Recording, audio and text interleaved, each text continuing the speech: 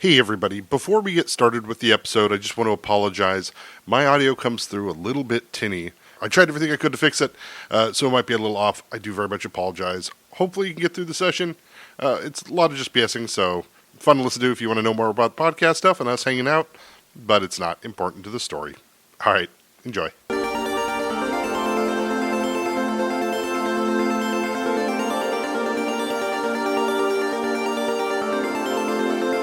Hey everybody, this is Jeff, not your GM, but person in the podcast.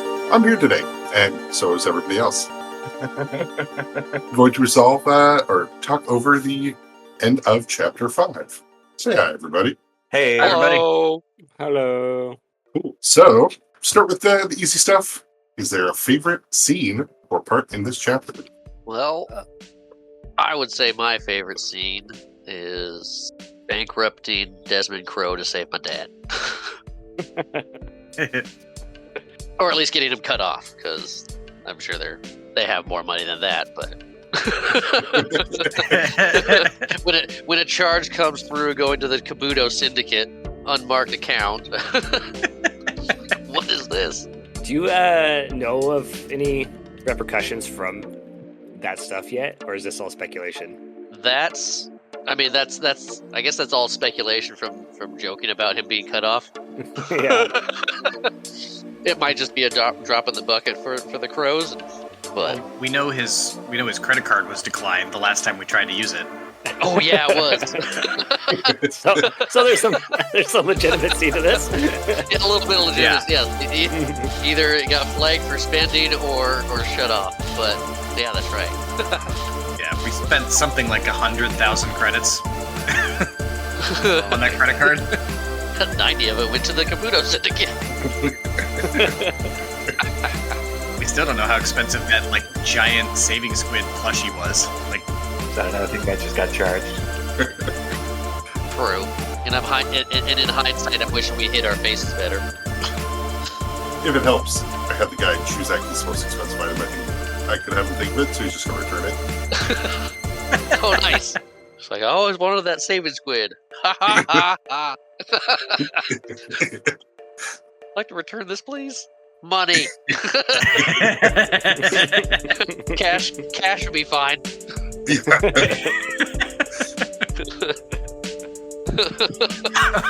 That credit card has been destroyed. You have to take cash. Yeah. Check made out to Chicago All Saints Hospital. Jesse, what about your favorite moment? I think my favorite moment was when three of you were able to do a sequence of combat maneuver checks as attacks of opportunity on Randall Umbrason as he's flying through the air through his own front door, bathrobe flapping in the wind. Didn't someone pickpocket him in the middle of that? I think so. There was definitely a trip, there was definitely a grapple, and I think there was a disarm. I think it was a disarm check to get the pad away from him. Okay. Yeah. I think I swiped it just before John did the antagonize, which sent him away from me.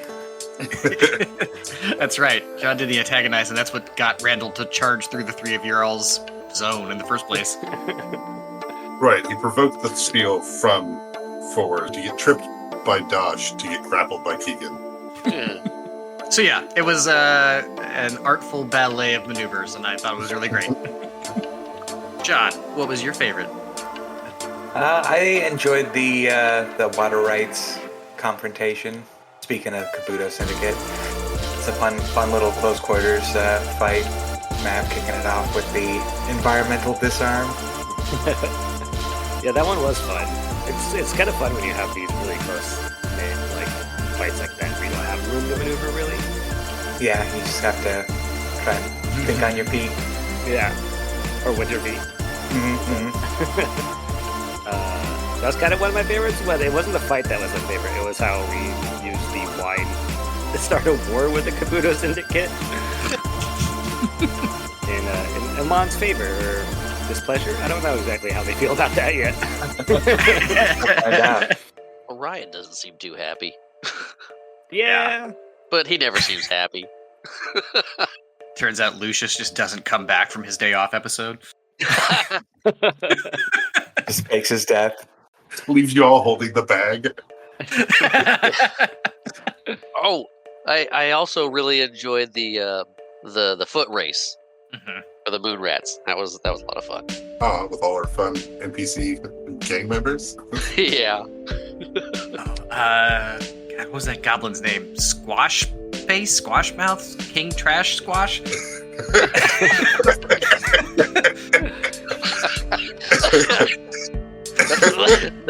That's a lot of names.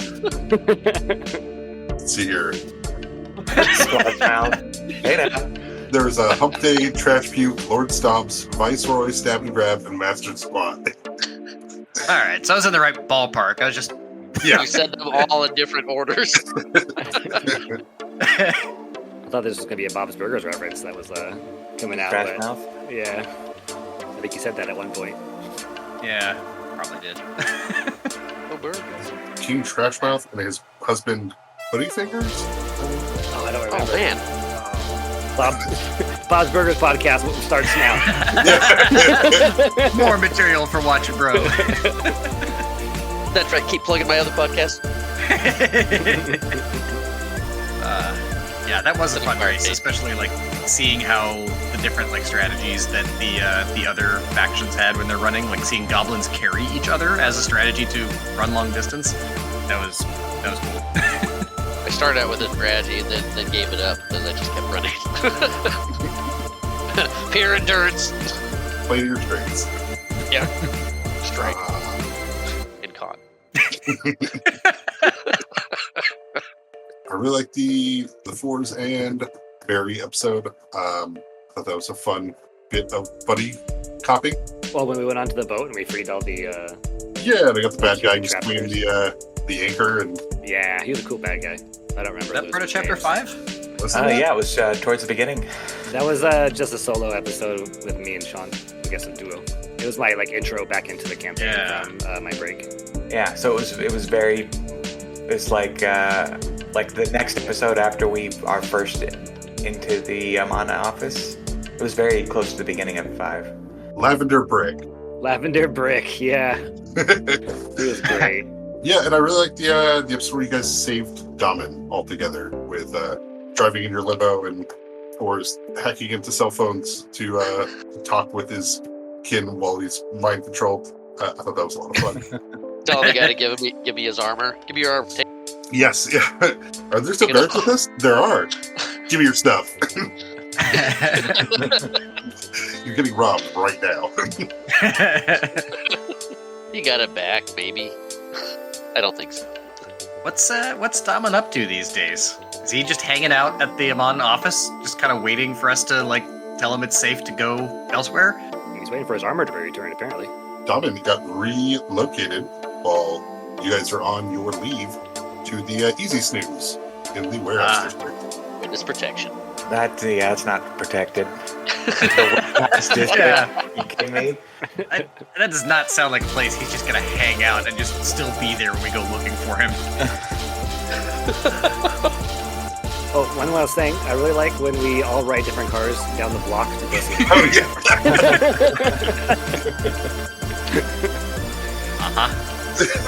That was a nice little victory lap. Yeah, it's like I had to throw that out there. The Top Gear maneuver. Do you have a least favorite scene or part of this chapter? Whose question is that? Mine.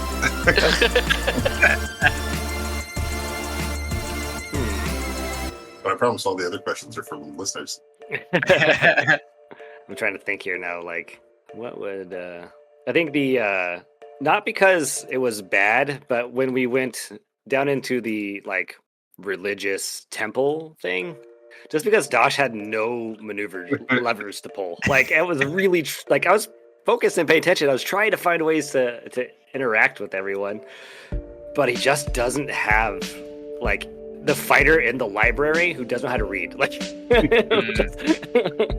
So you immediately have the B plot of trying to entertain yourself at the library. Yeah. And Dalinar, you are not. I mean, it ended cool. Like, it was a really cool, and it was fun to watch you guys like do stuff and like puzzle solve and things like that. Like, I was as a player was entertained, but like trying to stretch my creativity, I guess, in a way I'm not used to.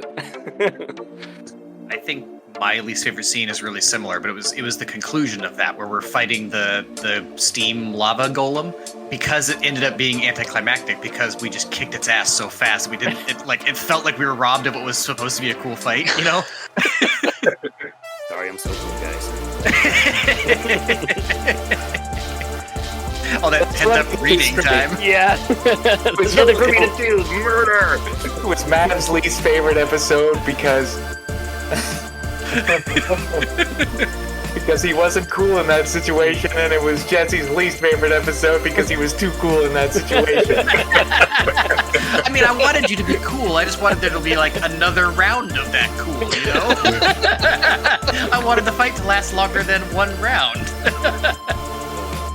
But you guys got to really get that mileage out of that escape route feat. Yeah. Yeah, we're gonna be here until they kick us out of the buffet. I'm sorry, you're cut off. What? It's all you can. Neat. Trying to think. Nothing stands out as. At this point, I'm trying to think of all the moments in between the ones we've already mentioned as our favorites. Like, okay, what happened in between that? If I'm not remembering it, I might be a candidate for it. And it's not a bad moment, but when we were trying to figure out a little more information about the heist we were supposed to pull and timing, and we just and that's on us for overthinking it, not just doing the thing or getting distracted with drinking and partying and Omnimart trips, Getting autographs. yeah, Matilda shirts. That was Printing a off lot of screenshots fun, but people. we overthought that and could have made that a little more smooth. We underthought the message. You guys overthought our message. Yeah. Do the thing at this time. What's happening at this time? When is this time? What's going on? How important is it that we comply with this like vague directive? Right. It wasn't So, vague's the but wrong that's the wrong way to describe it. It wasn't vague. It was precise. It just didn't have enough information. Yeah. That's subjective. We said a perfect amount. Just give us a time. Yeah, time of day. That's all we needed. Time was subjective. It was a weird time portal thing. We didn't know. This thing's happening. Do it during this thing. What time is this thing? No one can When is tell this us. thing? No one knows. I think that was your fault not being able to ask the right questions. Yes. Honestly- yes, Yeah. Not a Genpo in the group. I mean, that's part of it. That's also we like looking back on, like listening back on it now. We asked the right questions to the wrong people. Like we knew the duel was happening at the estate, and we failed to go to the estate and ask people there the questions we needed to know the answers to. right. We were talking to the waitress and and the guy Yes. at the Omnimart. Do you know about this duel? What? Want to buy a squid?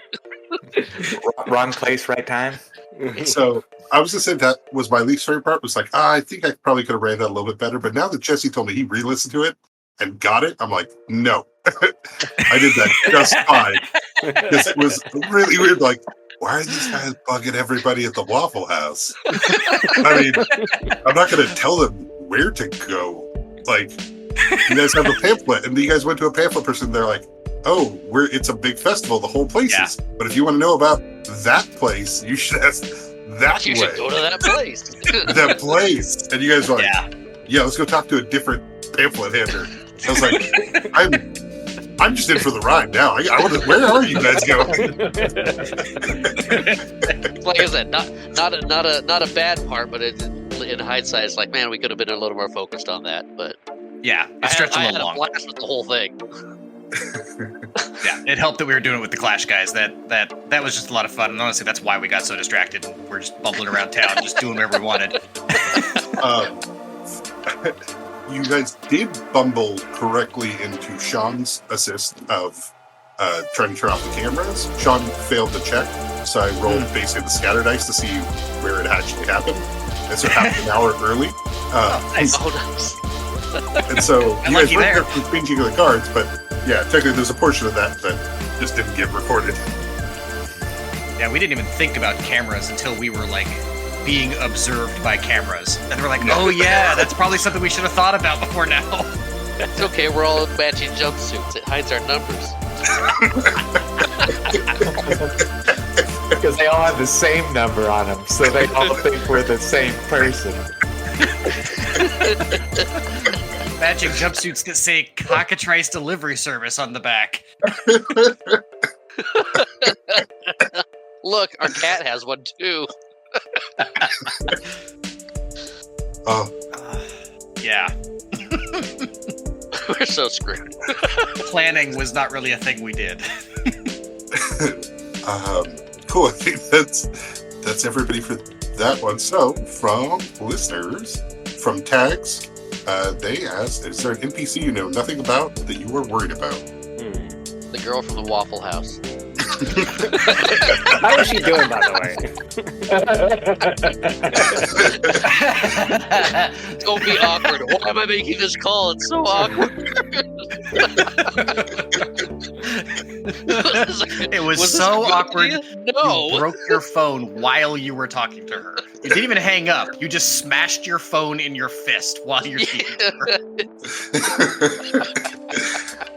Also, I have no idea. I'm sorry, Marshall, if this is just me targeting you. I was listening to a previous episode, and you also broke your phone in that? And I'm like, how many phones have I made Marshall go through? This is not him. This is not me. Like, why do I hate broke- Marshall's phones? I think the first time I broke my phone was the when I lost all that con to the Oh, Samara? at the Moon Rat Brawl, and I got tore up pretty good. That was like a having to roll for your equipment type of thing. No, it just felt right story wise almost because Okay, I see. like we'll just say my phone got tore up and a bunch of my equipment got. I mean, it ripped me apart, left me a 3 con, so I I went with it. But now you guys can't say that your phone gets destroyed again. Otherwise, people will just think of this. It's not acceptable anymore. Gotta think of something else. Yep. I think the NPC that I don't really know about that I'm kind of worried about. It's actually a group of NPCs. It's the council. It's the ones that like are kind of the ones we were supposed to target to kidnap to rescue Egan's father. Like I know like nothing about those guys, but I can tell like they've come up a few times now in like some little like side references in places. So I could tell they're important in some way. So I'm sure they're gonna crop up and be a nuisance in some fashion. Are we saying that there's NPCs that we are worried about encountering or worried about their safety? Encountering. Yes. Okay, I'm still kind of concerned about the anchored. That was gonna be my answer. Oh, I'm sorry. Cut that out. No. I mean, yeah, the anchored. Big old plot thread of assassins. It wouldn't be a big campaign if we ignored plot threads. Or didn't We're ignore plot everybody threads. other than the assassination target. That's right. We stopped Dobbin from the assassination attempt and said, "Well, that's dealt with." Yeah, I think that's pretty much how it went. If I had to defend myself here, I think we got immediately thrown into a bunch more quests like the very next episode. Like there was no time in between the end of that happening Oh no! and the Yeah, start of our next thing was like there was no in-game time to address what had happened. no, you're very you're Yeah. you're right on that. You're like, we're back. Like, here's a list of things to do. Go to Sword Eye. Okay. Yeah, Jeff's real good at keeping us busy. That starts with an A. Oh my god, I can't believe my mind's blanking. Yeah, I can. Heart Fairy. That's it. Yeah, I've kind of assumed that you, Sean, as Horrors, you've been having like some side conversations with Daman, at least like over HCOM, to kind of like figure out what to do about the situation, at least with him, and just kind of extricate him from things and make things as okay as you can. Which is not the same thing as resolving the anchored plot and the problem of people wanting to kill Lucius. Right. Someday Lucius will care about that. We would have thought it would have been when Sabrina's husband died. Esper. Yep. Yep. You think so? We did briefly, and other things came up. Clubhouse burned down. He is way more concerned about like whether there's going to be a brew pub in his family ruins than whether somebody's trying to kill him. Yeah. Or it just seems like that because he gives the same level of care. That could be. Yeah, he cares a lot in the moment and then completely ignores it immediately after. Good thing he's not here to defend himself. Yeah, no. I love that that's the aspect of Lucius's character. Like, I don't feel that this is a slight on John. I think this is like, to me, it's a dimension of how Lucius is as somebody in the world, where he's just kind of like, he's trying to like balance all these things, and he's bad at prioritizing what's actually important, and he like gets like too focused on some things sometimes. I think it's good. I think it's a helpful part of the narrative. It's not like the rest of us stay laser focused on shit either.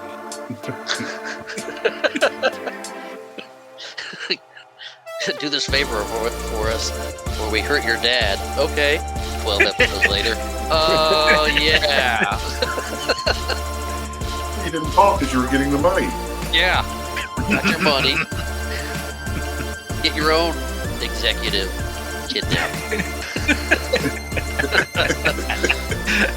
I'd like to buy my way out of this plotline, please. Now, do you want to pay for an executive? Because we can do that. We will charge you 93,000 credits. So mine's kind of a meta one, I guess.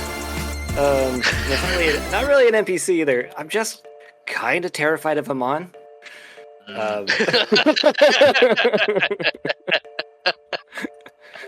Like, I know who runs Amon. I know what Amon is capable of. I know what they do. I know where they're at in this time of the world. Like, this is not a good place for us to be. Now, when you say Amon, are you talking about Typh? I'm talking about, well, Typh, yeah, and the entire company itself. Like, the people that work with Typh and stuff. Like, Good times. there's just a lot there. It's really heavy. There's a lot going on. And we're like, we're gonna fuck over Amon, which is fun, and I'm enjoying doing it. But inside, I'm like, oh god, oh god, oh god. We're like janitors in the Legion of Doom. Like fucking over the Legion of Doom. Don't know it. They get single ply. Yeah, it is fun to see that from this side of the fence, since like the first, like in Big Campaign 7, we were playing kind of on the other side of the fence against Amon, more or less. Mm-hmm. Yeah. And so we've seen how this all plays out, at least from that perspective. Mm-hmm. So seeing what it's like as, you know, more or less corporate schmucks inside the machine as things progress plot-wise will be fun. Then I get to take a shit on Lex Luthor's fucking desk and not realize that's who it is. Take this, boss man. How dare you? So that's my big fear. Like, it's not a fear. I'm really excited for it, but at the same time, it's like, God, it's gonna be bad. I've been telling Jeff that I really want to be able to see in character an event that I know you know about, Mav, because you got to see it the first time and I didn't. And I really want to see that, but I also know what I'm asking for when I'm saying that as Oswald and not as somebody in BC7. Yeah. I take no responsibility for the crimes that happened that day. You never have! Was there war crimes going on? What happened? Yes. Oh, wait. I think I remember. No, I think I remember hearing about it. Yeah, war War crimes. is a light take. Just the best way to say it is that there were no good guys in that fight. From Rogue Depot for Oswald about how do you feel about all these fun changes you're going through? As a player, I'm really digging it. I really like the tension that it throws into Oswald's world. It's like this. It's something he's got to like deal with, but he's also trying to ignore, but he can't ignore. I love like the tinge of creepiness that flies in when we're trying to like get things done, and just like it distracts Oswald away from other things going on, which works well with the way I like playing Oswald, where he's a little bit flighty and a little bit bad at paying attention and staying on task and doing like making good decisions. He tries really hard, but he fails often at that. As Oswald, honestly, he's up and down about how he feels about all the changes he's going through. He's nervous about it, to be sure, and he's concerned that like eventually it's just going to eat him. In what ways is he up about it? For a while, he thought that maybe it was related to Tali. He didn't like this was before he realized that it was coming from the Far Realm, and so he thought it was like, oh, I'm getting like cool special powers to be able to like the transportation thing. And now that it's like, no, it's actually just creepy towns of creepy hounds of Tindalos popping out of corners and murdering people. It's like, oh, there's less to be up about. Gosh, this is more important. How does he think of it? I'd say mostly, I think it's hilarious that we kind of all just ignore that he has claw hands sometimes. Like, there's the youngest member of our crew, who we all kind of take paternal instincts toward a little bit, just is running around with this Far Realm infection and claw hands, and every once in a while we're like, oh yeah, are you alright? Just like, eh. You only got the We've fight on the talked about first getting that episode, looked at. Mm-hmm. or maybe the second. It was early for sure. Yeah. Physically, Oswald feels mostly fine. Psychologically is a different story. Yeah, but you've got a lot of things that are weighing on your mind. Mm-hmm. Black goo in the forest, spiders. Mm-hmm. Mind flares holding me in place while they approach. Yeah. Sorry, illithids. Illithids holding me in place while they approach.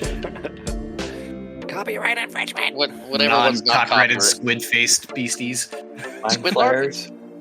From Taser Badger, does any of the party characters feel close to retiring? Not in like the player retire, but with how much they've been through as player characters, like, oh my god, I'm just so close to quitting and becoming a carpenter who lives in the woods. Oswald? He's not a carpenter. He's going to turn into a hound who lives in the woods. We saw this. Oswald has definitely thought about it. There have been times where it's like, man, maybe this is like way more than I bargained for, and I should just like walk away from all of this. And maybe it'd be safer for the people I care about if I did that. He hasn't done it because right now he cares about the people that he's around too much to like he feels like he would be letting them down by walking away at this point. But yeah, he's kind of got in the back of his head where it's like, maybe I should just quit this whole thing and just go be like a moon rat full time or something. Oh, it doesn't always work out great for the moon rats. Just keep that in mind. Yeah. Anybody else, or is everybody else still like gung ho being part of Amon requisitions? Keith? Oh, go for it. No, you go ahead first. Like, Dosh does not want to work for Amon, really. Like, he wants to help you guys, hang out with you guys, and the fact that, like, sabotaging all this missions that Amon gave us was kind of his main goal. And, like, so retirement, I guess not retiring, but he'd be happy to get fired. To go back to doing what we were doing before, doing our own thing, or something else. But I mean, he's not going to quit the party, but he doesn't want to work for Amon for the foreseeable future. I don't think any of us really want to work for Amon. It was a means to the end, an ends, which, Yeah. I mean, didn't really work out. I mean, getting But- Forrest back was a pretty valuable ends to achieve there. Well, yes, I forgot that was Yeah. tied with it. It's an ends for you guys. but kind of feel like retirement isn't an option for me anymore because I'm beholden to Amon now. That's Do they fair. like literally own your soul basically now, or? Who knows?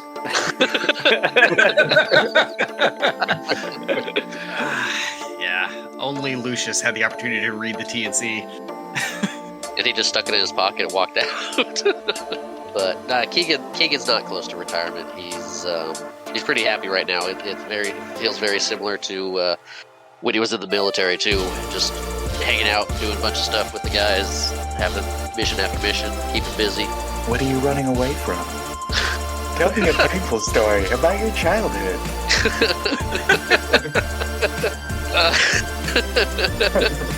I just saved what I was running away from. Now he's on a plane. Maybe. Oh, do a different casino. We'll see what happens with that. I think that's got to be one of the reasons why that didn't feel super urgent, because I feel like we talked to him on the phone several times and he was just in a casino. Like, you hear the boobly boobs of the slot machines in the background. It's like, yeah, he's fine. Yeah. He was like, I'm up. They're giving me free rooms and drinks. Like, Yeah. you can't. It's not like they're hitting me again. What are you gonna do?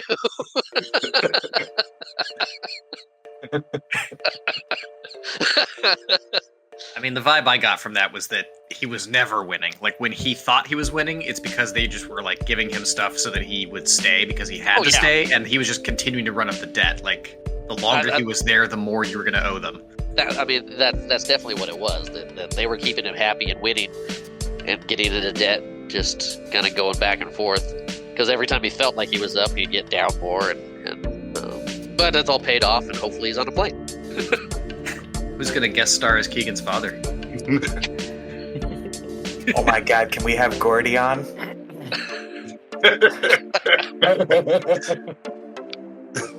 be amazing. Oh, yeah. Oh no. Yeah, why did it get so awkward? What's not being said here? We're not going to get to meet Keegan's father, are we? But yeah, let's see here. Let's see. From Wojciech, will Keegan get his punch junction armor back? Yes, he will. He has it. It's in the record. He's just got to put it back on and clean it up a little bit. And then, of course, they asked about Xavier, but there's only kind of spoilers there. But there will be more Xavier this coming chapter. Woo! Yay! I always liked Xavier. I think you guys get along with all of the Estabolds now. See, when I left in whatever season I left in, we hated Matilda and kind of tolerated Xavier. And now we're all super close, and Dash is kind of just following along with everyone, but doesn't know why. Matilda's had some growth and made some friends, which I think helped. Okay. I'm laughing because I'm thinking of the Friends. Matilda Metallica shirts. Cool. And then I guess let's see here. Last one. Any hopes for next chapter? That's a good question. Can Dash become a real boy? Stop being Barry. I mean, feels like you're about to be outed, right? Because like somebody was definitely asking about you as a Dosh model in particular. Yeah. And then there's also the spooky message we got on the boat. Dash will have a lot to talk about that when he gets on back from his day off.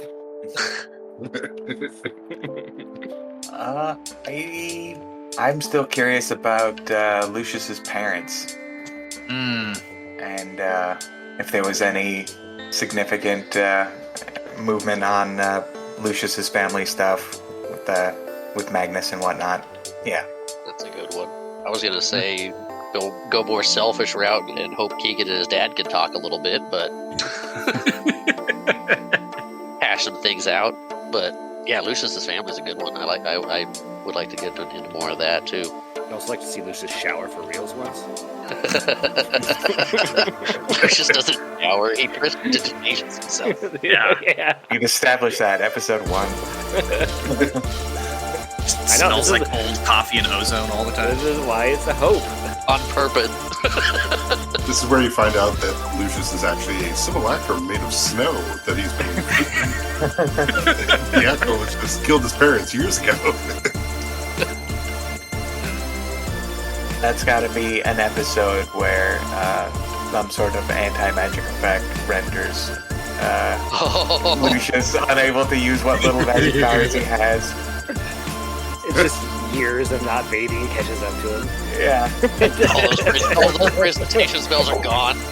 Yeah. We didn't realize it doesn't get rid of the stink and dirt, it just hides it. Oh. That owlbear coat would just reek. Right? Oh, Oh, one second. do you not think that the spell protects the coat? Like when he takes it off and puts it in the coat room, it hugs all the funk, or does the protection of the a good magic keep question. it off? Because yeah, if that's the case, that coat's got to be something special foul. I believe the spell actually can scrub it clean, but I don't think that's how Lucius uses it. He doesn't use it I- as soap, he uses it as air freshener. Exactly. This is I'm the thinking free of spell. As a zone of silence for smell, I guess.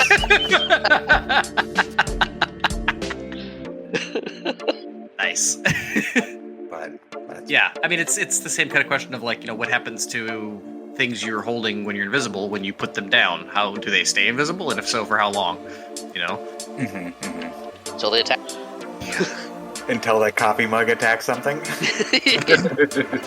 It's actually a mimic, a little baby mimic.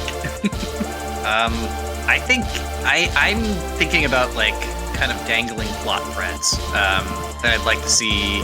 Maybe not necessarily be like front and center, but like I like seeing how those move forward in the world sometimes, because it makes the world alive. Snow days. I'm thinking more like with Sabrina and like how she's training up to like go after and avenge her husband's death. I think that's an interesting like thing that's happening in the background. That's maybe going to come to fruition someday, or maybe not. The Kabuto Syndicate is obviously hanging over our heads in a couple different ways. Wasn't Lucius going to sign us up for Dungeon Crawl too? I think he was thinking about it when he was thinking about the promise, and so that's another thing we need to like are we gonna do something about the promise? Because I think Lucius also had half a plan to go raid some Amon vault somewhere. Yeah, but we keep getting sent out by Amon, so they Right. know what they're up to. And they're like, let's keep this guy busy. We'll keep him around until he becomes a problem. Obviously, Orion is making some moves to position himself in a way to have advantage over at least Lucius, if not all of us. Well, the last time, did they say it was a superior? Something like that, yeah. Or a, not manager. Yeah, superior. Mr. Manager. Just manager. Mr. Manager was my father. Call me man. Yeah, that kind of stuff is what I'm looking forward to. Just the hints and threads of stuff happening in the background that because there's always more going on than we actually have time to go manage individually. Yeah. And I like the sense of that, where it's like you can't actually grab everything and solve everything. Like there's too much. There's a whole world out there, and you got to pick and choose what you spend your time on. That's because Dash does it all. Yeah. Forrest still has that Blink Dog portal key, right? Maybe. The one you got when you went to the warehouse? Yeah. Oh, I guess. I was just trying to think if it was on my person when I was fighting Samara. Because if it was, maybe not. Or if it was in your room when the house burned down. Right. Oh. That poor cactus. Forrest might not have a lot of stuff. I almost lost my jar of slime. But so assuming if that didn't get destroyed somehow, then yeah, there's definitely that Blink network. Let's see here. Well, that's all the questions that we had. What are you looking forward to, Jeff? honestly, I'm kind of looking forward to the end of chapter 6, because then we get to go a little off the rails. We've been on rails. They're not fancy rails, but there is. So what happens at the end of 6? In the same way that, George Clooney and those guys escaped on a rail car. I don't remember that part in Ocean's 11. Well, 6 is where we will deal with big world stuff, but that effectively takes us outside of what was done during the Prism timeline, and for the most part, for the rest of Big Campaign 7, you guys never really went back and dealt with anything in the Dust Banter area, which means all of that timeline is all stuff that you guys don't have kind of meta knowledge or stuff in the background, Okay. Which means just from my DMing side, there's not world events really that I need to have in the timeline, like happening in the news and stuff, right? Mm-hmm. You get like a soft reboot. Yeah, once you get to that, it's like, cool. If we were watching an Indian film, this would be when the title shows up, and you'd realize you still have more movie to go through. Still The 4 third hours. R comes on the screen. That's my favorite part about RR is there's so much movie before you get to the movie. This is all set up for the actual game. Yeah, just a little bit. I also like Andy Tosh showing up with his duffel bag of balaclavas and bolt cutters, and I'm here to like sabotage the mission, and you show up and everyone's like, so we're sabotaging the mission. And you're like, okay, don't need this stuff. Look, Amon supplied us with all the sabotage stuff we need. Let's get creative. So our plan for this wine is we're going to start a war, which is not at all what Amon wanted us to do. They did, just not with these people. Yeah. They wanted us to start a war with some broke firefighters. Yeah. Not some gangsters that we happen to know are flush with cash. At least 93,000 credits. Exactly. We know that. God, those Kabuto guys must be so confused by us. Like slapping them in the face and putting money in their pocket at the same time. It's like, wait a minute, this guy and his friends gave us the basket, and then they're paying this guy off? Give us back Keegan's father, or else we're going to pay you.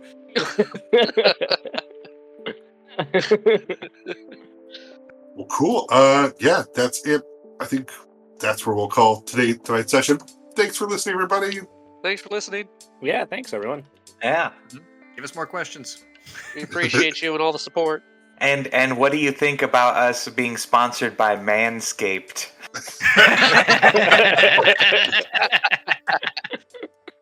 I'll do it in character as Dosh and be like, there's hair where? Thanks for listening, everybody. I did get my audio issue resolved. It was just going through a different mic. So sorry about that. The opening you heard was 10,000 people screaming, I'm an individual. The ending song is Monolith. And in between you heard This Time is Precious, all by Nihilor. We're going to take the next couple weekends off from posting, but nothing wrong. Everything's fine. It's all good news. We're just a little bit busy. So, anyways, I hope you're all doing well out there. Take care of yourselves. Bye. Bye-bye. Bye-bye.